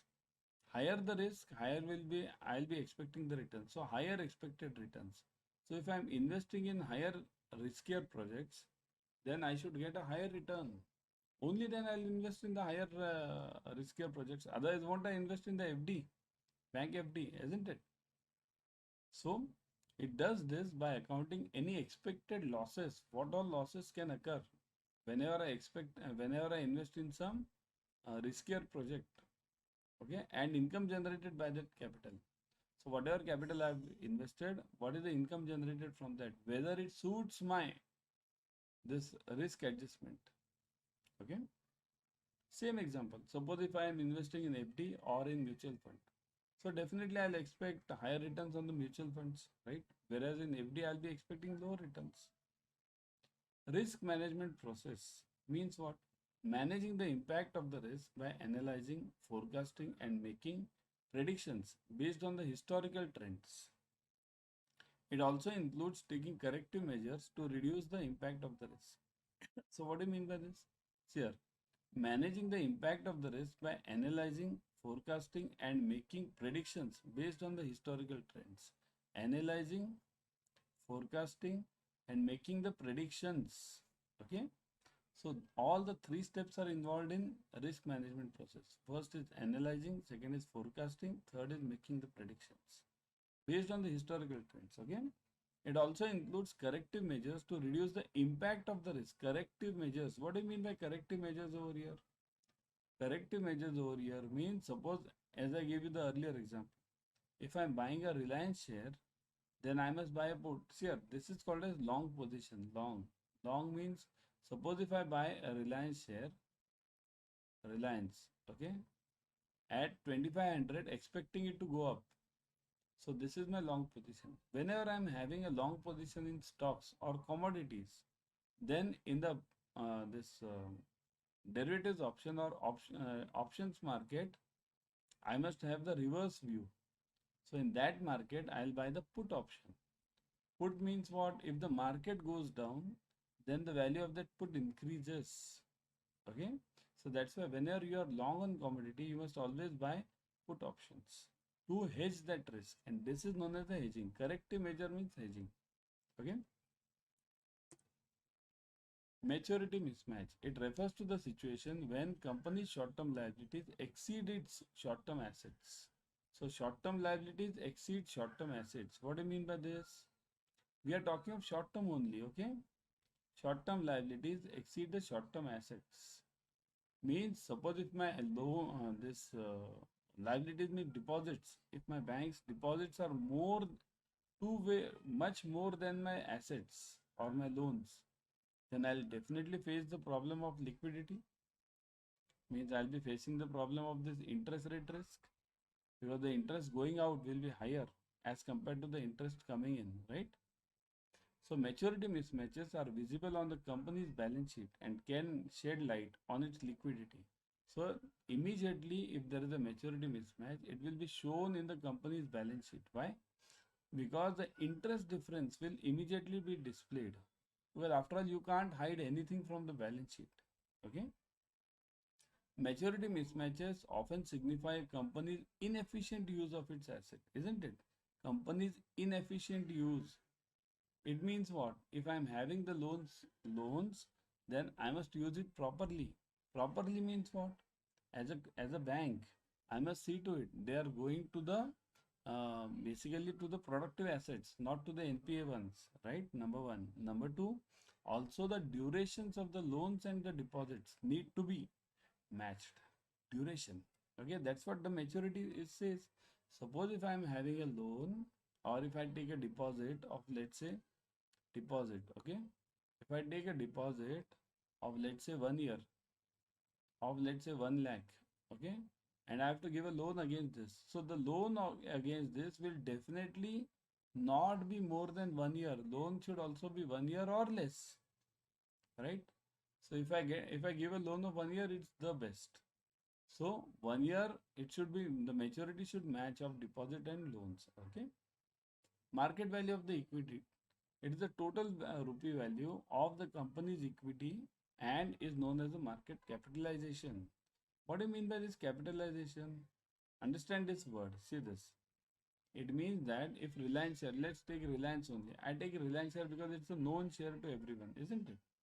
So now, suppose if I take a Reliance share and this Reliance share now, let's say, is priced at 2500. Okay, let's say 2500. And now what happens? This Reliance has issued, let's say, I'm giving an example, 1 lakh shares in the market. Number of shares is 1 lakh. So what is its market capitalization? So the market capitalization over here will be 2500 into 1 lakh. So 2500 into 1 lakh.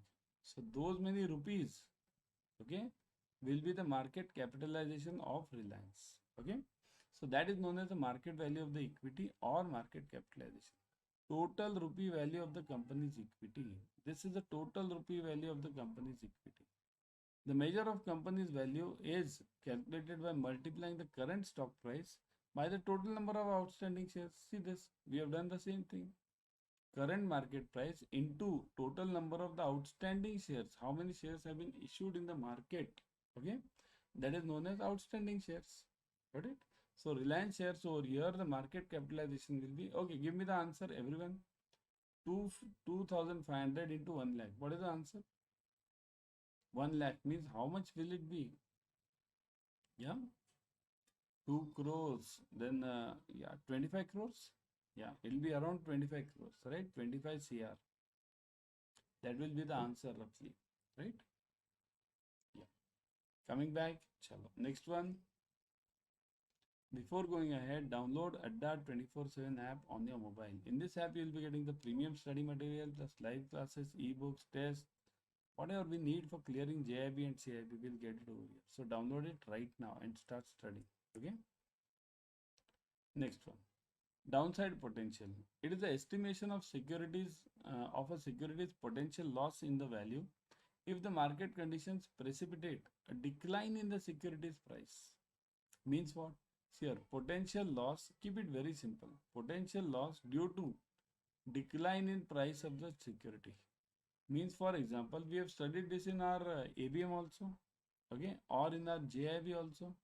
If the price of the bond, let's say, let me take Reliance only, okay, Reliance share. If I brought it at 2500 and if tomorrow the price of Reliance goes down to, let's say, 2000, what is this happening? This is the downside potential. Securities potential loss due to the decline in the securities price. Okay. Depending on the measures used, downside risk or explains a worst case scenario for an investment and indicates how much the investor stands to lose. So worst case scenario means what? What is the lowest level which this stock can go down, or what is the lowest level at which this bond can go down? Okay. So worst case scenario over here is always taken into account by any company whenever you're doing a conservative investment. Okay. Indicates how much the investor stands to lose, how much this investor will lose if this downside potential means if the Reliance share goes down. Okay. Next is CCIL. The Clearing Corporation of India was set up in April 2001 to provide a guaranteed clearing and settlement functions for the transactions in money, government securities, foreign exchange, and derivative market. Remember, here it's not talking of stock market. So provide guaranteed clearing. Guaranteed means what? What do you mean by this guaranteed? Isn't anything guaranteed then? See, this guaranteed clearing over here means it is called as settlement risk that is cleared. Okay, guaranteed over here means settlement risk is nullified over here. What is settlement risk? Settlement risk means, let me give you an example. If you sell, let's say, shares, okay, you sell, let's say, shares to anyone, shares, okay. So this other person, Mr. X should give you rupees, right? Rupees, because you are giving the shares, Mr. X will give the rupees. So what do you mean by settlement risk? If you give the shares and Mr. X does not give you rupees, then what? Then this is known as settlement risk. So CCIL guarantees this part, provides a guaranteed clearing and settlement function for transactions in money, government securities, forex, and derivatives market, right? So CCIL is okay. Tell me one more thing. This shares example which I gave you, does it take care? Does CCIL take care of the shares over here? Does CCIL take care of the risk of the shares, settlement risk of the shares? No. Then who takes care of the settlement risk of the shares which you buy and sell? Type fast in the comment section. Who takes care of the settlement risk of the shares which you buy and sell? Yeah, who takes care? Because here CCIL is very clear. CCIL is money, government securities, foreign exchange, and derivatives market. Four, clear. Does it say anything about shares? No. So who talks about shares then? Correct. NSE and BSE. NSE and BSE, these stock exchanges, they take care of the settlement risk of the shares. And for others, everything else, there is CCI. Okay? Yeah. Like that, there are some things which money can't buy. For everything else, there is MasterCard. That was ad. Remember anyone? Now gone, isn't it? MasterCard was having an ad few years back that there are some things which money can buy, and for everything else, there is MasterCard. Similarly, over here, only share settlement risk is taken by NSE and BSE. For everything else, there is CCI. Okay. What is EWRM or EWRA? What do you mean by this? Enterprise wide risk measurement or risk assessment. Enterprise wise means what? Enterprise wide means total related to enterprise, complete company wise.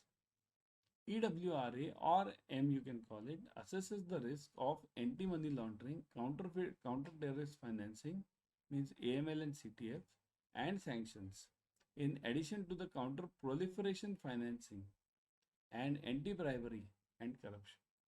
Now these are important terms which may come to you in exam. Okay, so money laundering, AML, counter-terrorist financing, okay, means terrorist financing. Okay, then second is counter proliferation financing. Okay, this is again a type of this AML only. Anti-bribery and corruption.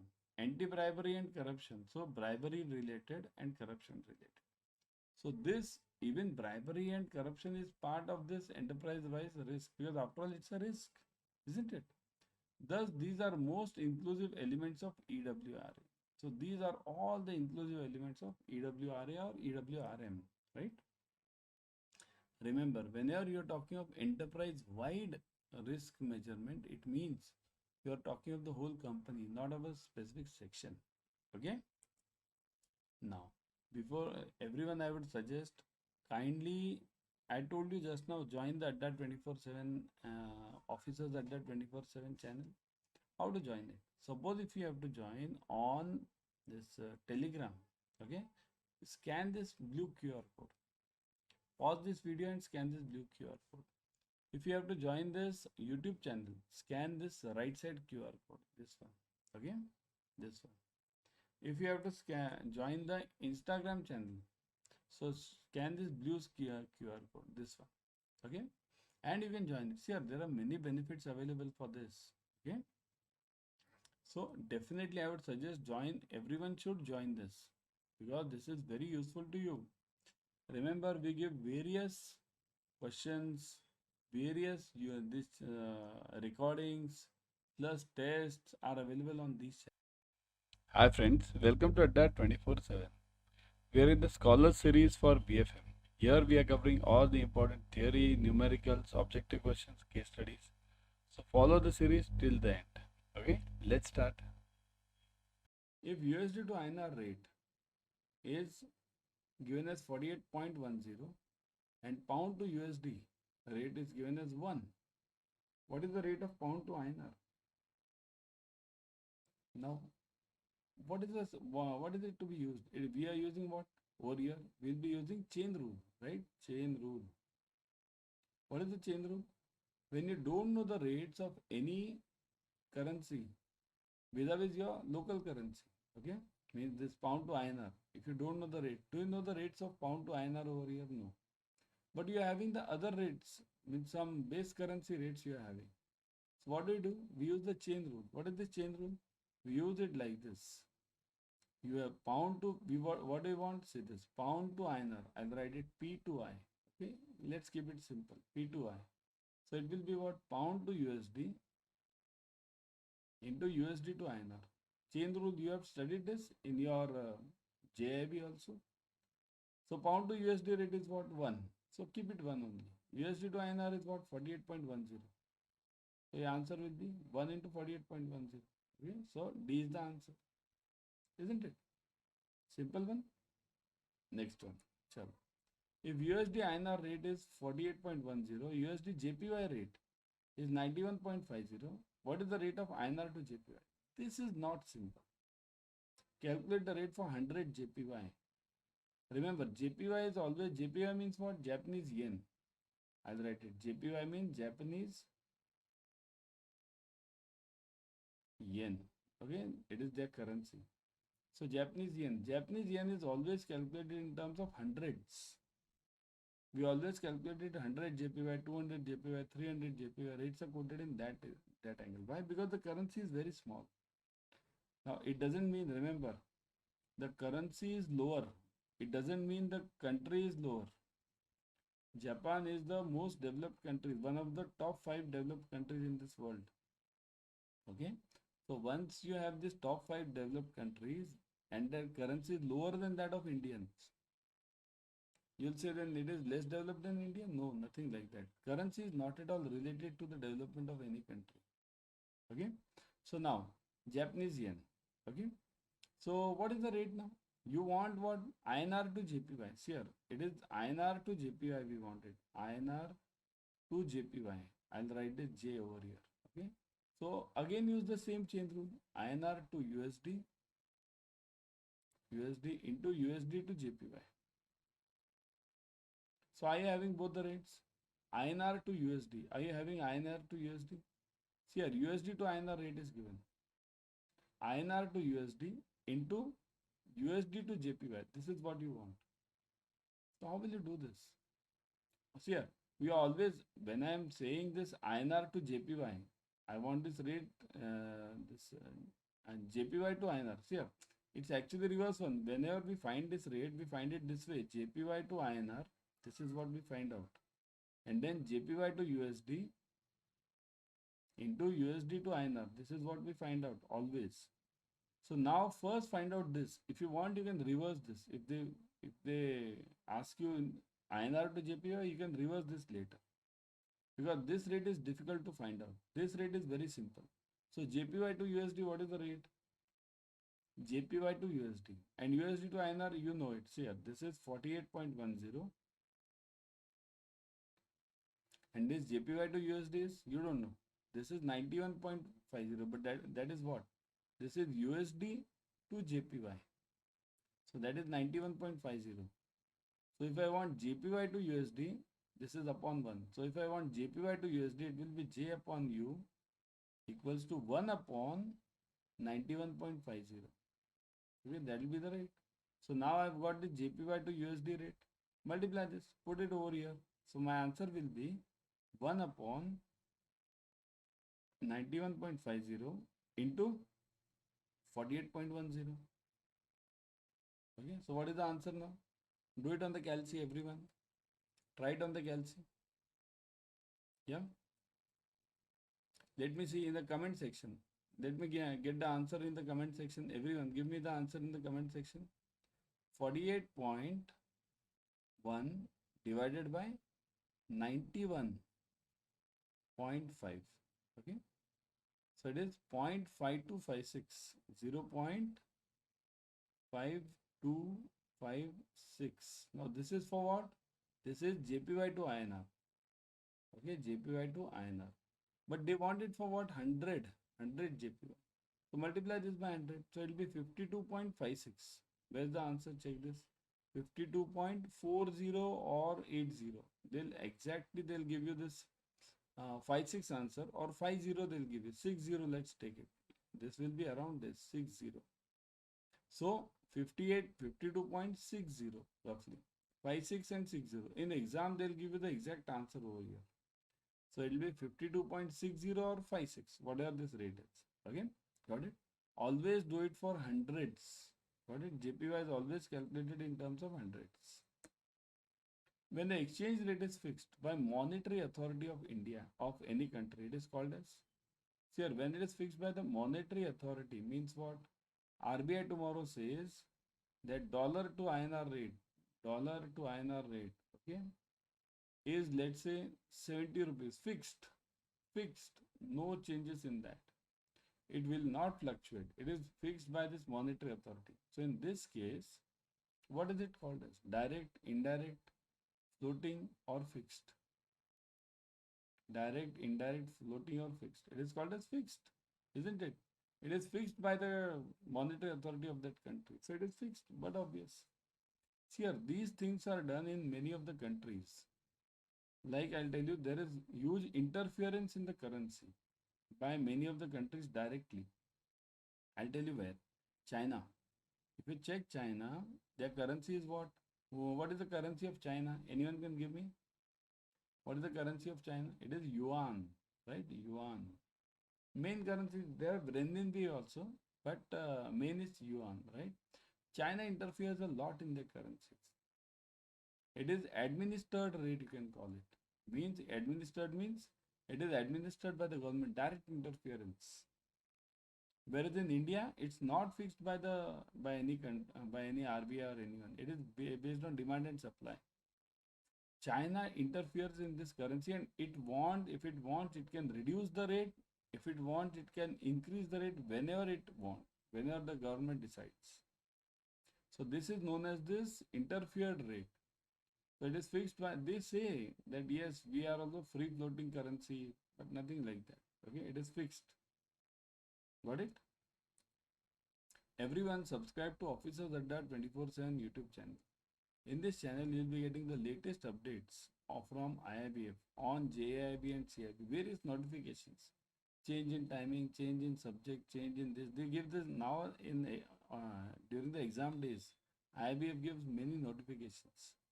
So all of them you get it immediately on Officers Adda 24/7. You need not go to that IIBF website every now and then. Okay. So, and secondly, free YouTube series. Right now, what are you watching? You are watching the free YouTube series. So similarly, you'll be getting the free YouTube series on all the subjects of JIB and CIB, all of them. Okay. So subscribe to it right now. Click on this bell icon. Share it with your friends. Very important. Okay. Bell icon is important so that you get the notifications. When the exchange rate is fixed by the market demand and supply position, it is called as market demand and supply position. Means whatever, if your demand is high, your rate goes high. If your supply is high, your rate goes low.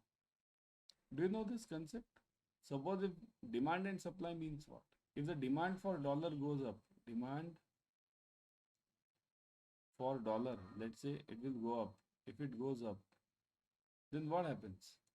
The rate for dollar becomes what? The rate for dollar will be high or low? Give me. Will it be, just type H or L? Will it be H or L? If the demand for dollar is high, will the rate for dollar will be high or low? It is high, correct? So if, see, your logic is very simple. If the demand for any commodity is high, the rate for that commodity will go up, right? This happens, when does this happen? This happens when you have huge fund flows coming in. Suppose if in India, There are large amount of dollars coming in, large dollars, large amount. Everyone is investing dollars. Okay, large dollars are coming in. Then what will happen? In that case, the supply will increase. Supply. Okay, supply will go up. If supply goes up, then what happens? The rate goes down. So the dollar rate will go down. Right? So when large dollars come in, supply goes up, supply of dollar goes up, and the rate goes down. And vice versa. If the dollars go out of the country, if all the investors are moving out of the country, so dollars are moving out, then in that case, dollars are moving out. Okay? If dollars are moving out means what happens? There is a less supply of dollars in this country. Then the rate will go up. So what is this called as actually? Whenever it's decided by this demand and supply position, it is called as what? Direct, floating, indirect or fixed rate. It is called as floating rate. Correct? It is called as floating rate. Remember. Fixed and floating, these are the two main rates. What is this direct and indirect? Direct and indirect rates are also there. What do we use in India? So if I say $1 equals to 80 rupees. So what is this now? Is this a direct rate or indirect rate? Type in the comment section. Is this a direct or indirect? Give me the rate. Direct or indirect? What is this called as? It is, what do you say guys? Direct or indirect? It is called as direct rate. Direct. Whenever your dollar, remember, it's the logic is simple. Your dollar is fixed and your rupee currency, local currency is fluctuating. It is called as direct rate. Indirect is reverse. Suppose if I give you £1 equals to $1.5. So here what is happening? Dollar is fluctuating. So this is called as indirect rate. When your dollar is fluctuating, it is called as indirect rate. Okay. So now remember, we in India should move out from this rate to this rate system, because we must develop ourselves so big that these we must also have this indirect rate system. Dollar should fluctuate and rupee should be stable. Right now it's the reverse thing. But although now again I'll tell you, don't confuse yourself with the currency, because if you look at it, pound is now having the indirect rate. Okay, but pound is having what? Indirect means what? Is this economy bigger than that of India? No. Indian economy is bigger than that of the this Britain economy or London economy. Then also they are having this indirect, because these rates were fixed long back. That's why they are still prevailing. Now within few years this will go. This won't remain for long. So, because if the pound is not growing, if the country is not growing, will this indirect rate remain? No. US will say no, forget this. Make this pound also in the direct rate. And in coming year, direct rate, the term bid rate, the selling rate of a foreign currency offered by a bank is called as, just now we did it. Selling rate, sell rate is known as what? Yes. Give me in the comment section. Just now we saw it. Yeah, this one. Sell is what? Correct? Type fast. Offer. Isn't it? Everyone download whatever we need for clearing this GIB and CIB, we'll be getting it over here. So that's why download this app immediately and start studying. Don't just download. Okay? Start studying. Country risk is an example of market risk, credit risk, operational risk, liquidity risk. So country risk is an example of what? Yeah. It is credit. Okay, remember credit risk is of two types. Credit mainly, there can be various types, but mainly two types. Okay, one is country and second is counterparty. Counterparty. Okay, what do you mean by this? Credit risk, country risk means what? Your party is good, means A is selling to B. Let's say A is selling the goods to B. Okay, so B is good, but a country in which B is living is bad. Afghanistan, North Korea. So B is good, But the second part is counterparty. Your B is bad. Country is good. USA, somebody staying in USA, somebody staying in Europe. Countries are good, but the party is bad. So that is counterparty. So country risk is an example of what? Credit risk, isn't it? All of the following are the types of price risk, except, so which is not the type of price risk. All of them. Let's see. Price risk means what? Commodity price risk. The price of any commodity. What is the commodity? Commodity is anything. Dollar is also a commodity. Okay, currency is also a commodity. So commodity price risk, exchange rate risk, that is also price risk, because if the dollar rate changes or the exchange rate changes, definitely the price will change. So this is also the part. Stock price risk and counterparty risk. Now it's typical one. Counterparty is what just now we saw it, credit. So is it a part of price risk? No, isn't it? So this is the answer. So these all are true, true, true, true, and this one is false. And we want false only, which is not the type of price risk, right? Stock price risk, obviously, stock price risk is a part of price risk only, isn't it? In financial bond markets and in financial market, bond prices and yields are. So this bond price and yields are about directly or inversely related. Inversely, directly, inversely or directly, depending on the type of the bond. None of the above. So the bond prices and yields are always, they are always.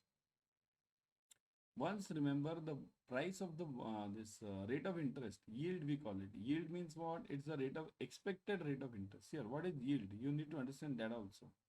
Expected rate of interest, expected ROI. Okay, that is yield. There are two rates always in any bond. One is coupon and second is yield, right? So coupon is always fixed. Once it is given, it's fixed. You can't change it. But this yield goes on changing. Expected rate goes on changing. If the expected ROI goes up, then the price of your bond, existing bond, will go down. Always remember. If the expected ROI goes down, your price of the bond will go up. So it is what? Inversely related, isn't it? In financial bond market or market, bond prices and yields are inversely related. Always. You see this, what happened in this, what October, just type on Google, October 22 to December 22. Check the US bond rates. US bond rate. Check this. You'll get this. In US, the prices of the bond fell like anything. Why? Because the rate of interest or the bank, their Federal Reserve, increased the rate of interest. So that was the point. Okay. Now, how to join this Offices Adda 24/7 YouTube channel or the Instagram channel or the LinkedIn channel? Scan this QR code. For this LinkedIn channel, scan this QR code, do one. For the YouTube channel, scan this black QR code, this one. And for the Instagram channel, scan this QR code. You can join it immediately. Okay? Because on these channels, we are giving free YouTube series, we are giving ebooks, we are giving tests, some of the sample ebooks, simple, some during the exams, we take various tests as such, free tests. So you can join this right now, isn't it? Rate of cancelling the original contract is means whenever we cancel the original contract rate, it is done at what rate? TT buying, TT selling, bill buying, bill selling. Sir, cancelling the original contract rate, it depends on what rate are we talking of. Suppose I am calling buy rate, rate of cancelling the buy rate. Okay. So if I have purchased this dollar earlier, okay, if I have purchased it, I might have purchased it at what rate? I might have purchased it at either bill buying or TT buying, depending on what type of transaction what it was. If it was a spot transaction, I might have done it at TT buying. If it was a bill transaction, I might have done at a bill buying rate. But cancelling is always done at the same rate. That is known as TT selling. Cancelling, here, cancelling means reversing that transaction. So that will be always done at TT selling. Rate of booking a new contract for next 1 month is TT buying, TT selling, bill buying, bill selling. Here, next 1 month I want. So just now I told you, spot transaction, spot will always be done at TT. Whereas future transaction will always be done at bill. Okay, so it will be done at a bill rate. But bill means what? Booking new contract for 1 month. Which contract? Suppose if I say export contract, export. So export means what? Buying. So I'll be using bill buying rate. So I'll be using bill buying over here. If it's import, then I'll be using bill selling rate. So next 1 month export, the question is given, then you'll be doing it at bill buying rate. Okay. So that was the YT series for you. Now before leaving, I would suggest everyone to join the batches. Here for CIB, the AIM batch has started. All the numericals, objective questions, case studies are covered. Join immediately. Let me show you how to join it. Here, go to Adda 24/7. I'll always suggest you to go through the app. In the app, you get 1% extra. Go to JIB and CIB. Click on CIB June 24. Okay. Click on this AIM batch. Look at this English medium AIM batch. Click on this. You'll see ebooks, test series, online live classes, counseling, live and recorded classes, doubt solving, experienced faculties. Everything you are getting. If you click on the ebooks, you get subject wise ebooks and chapter wise ebooks. Test series. There are chapter wise test series. Okay. And how to buy this? Click on buy now. Put the code Y432. Never forget this code Y432. Click on apply. Okay. Now you'll see the maximum discounts over here using this code Y432. Okay.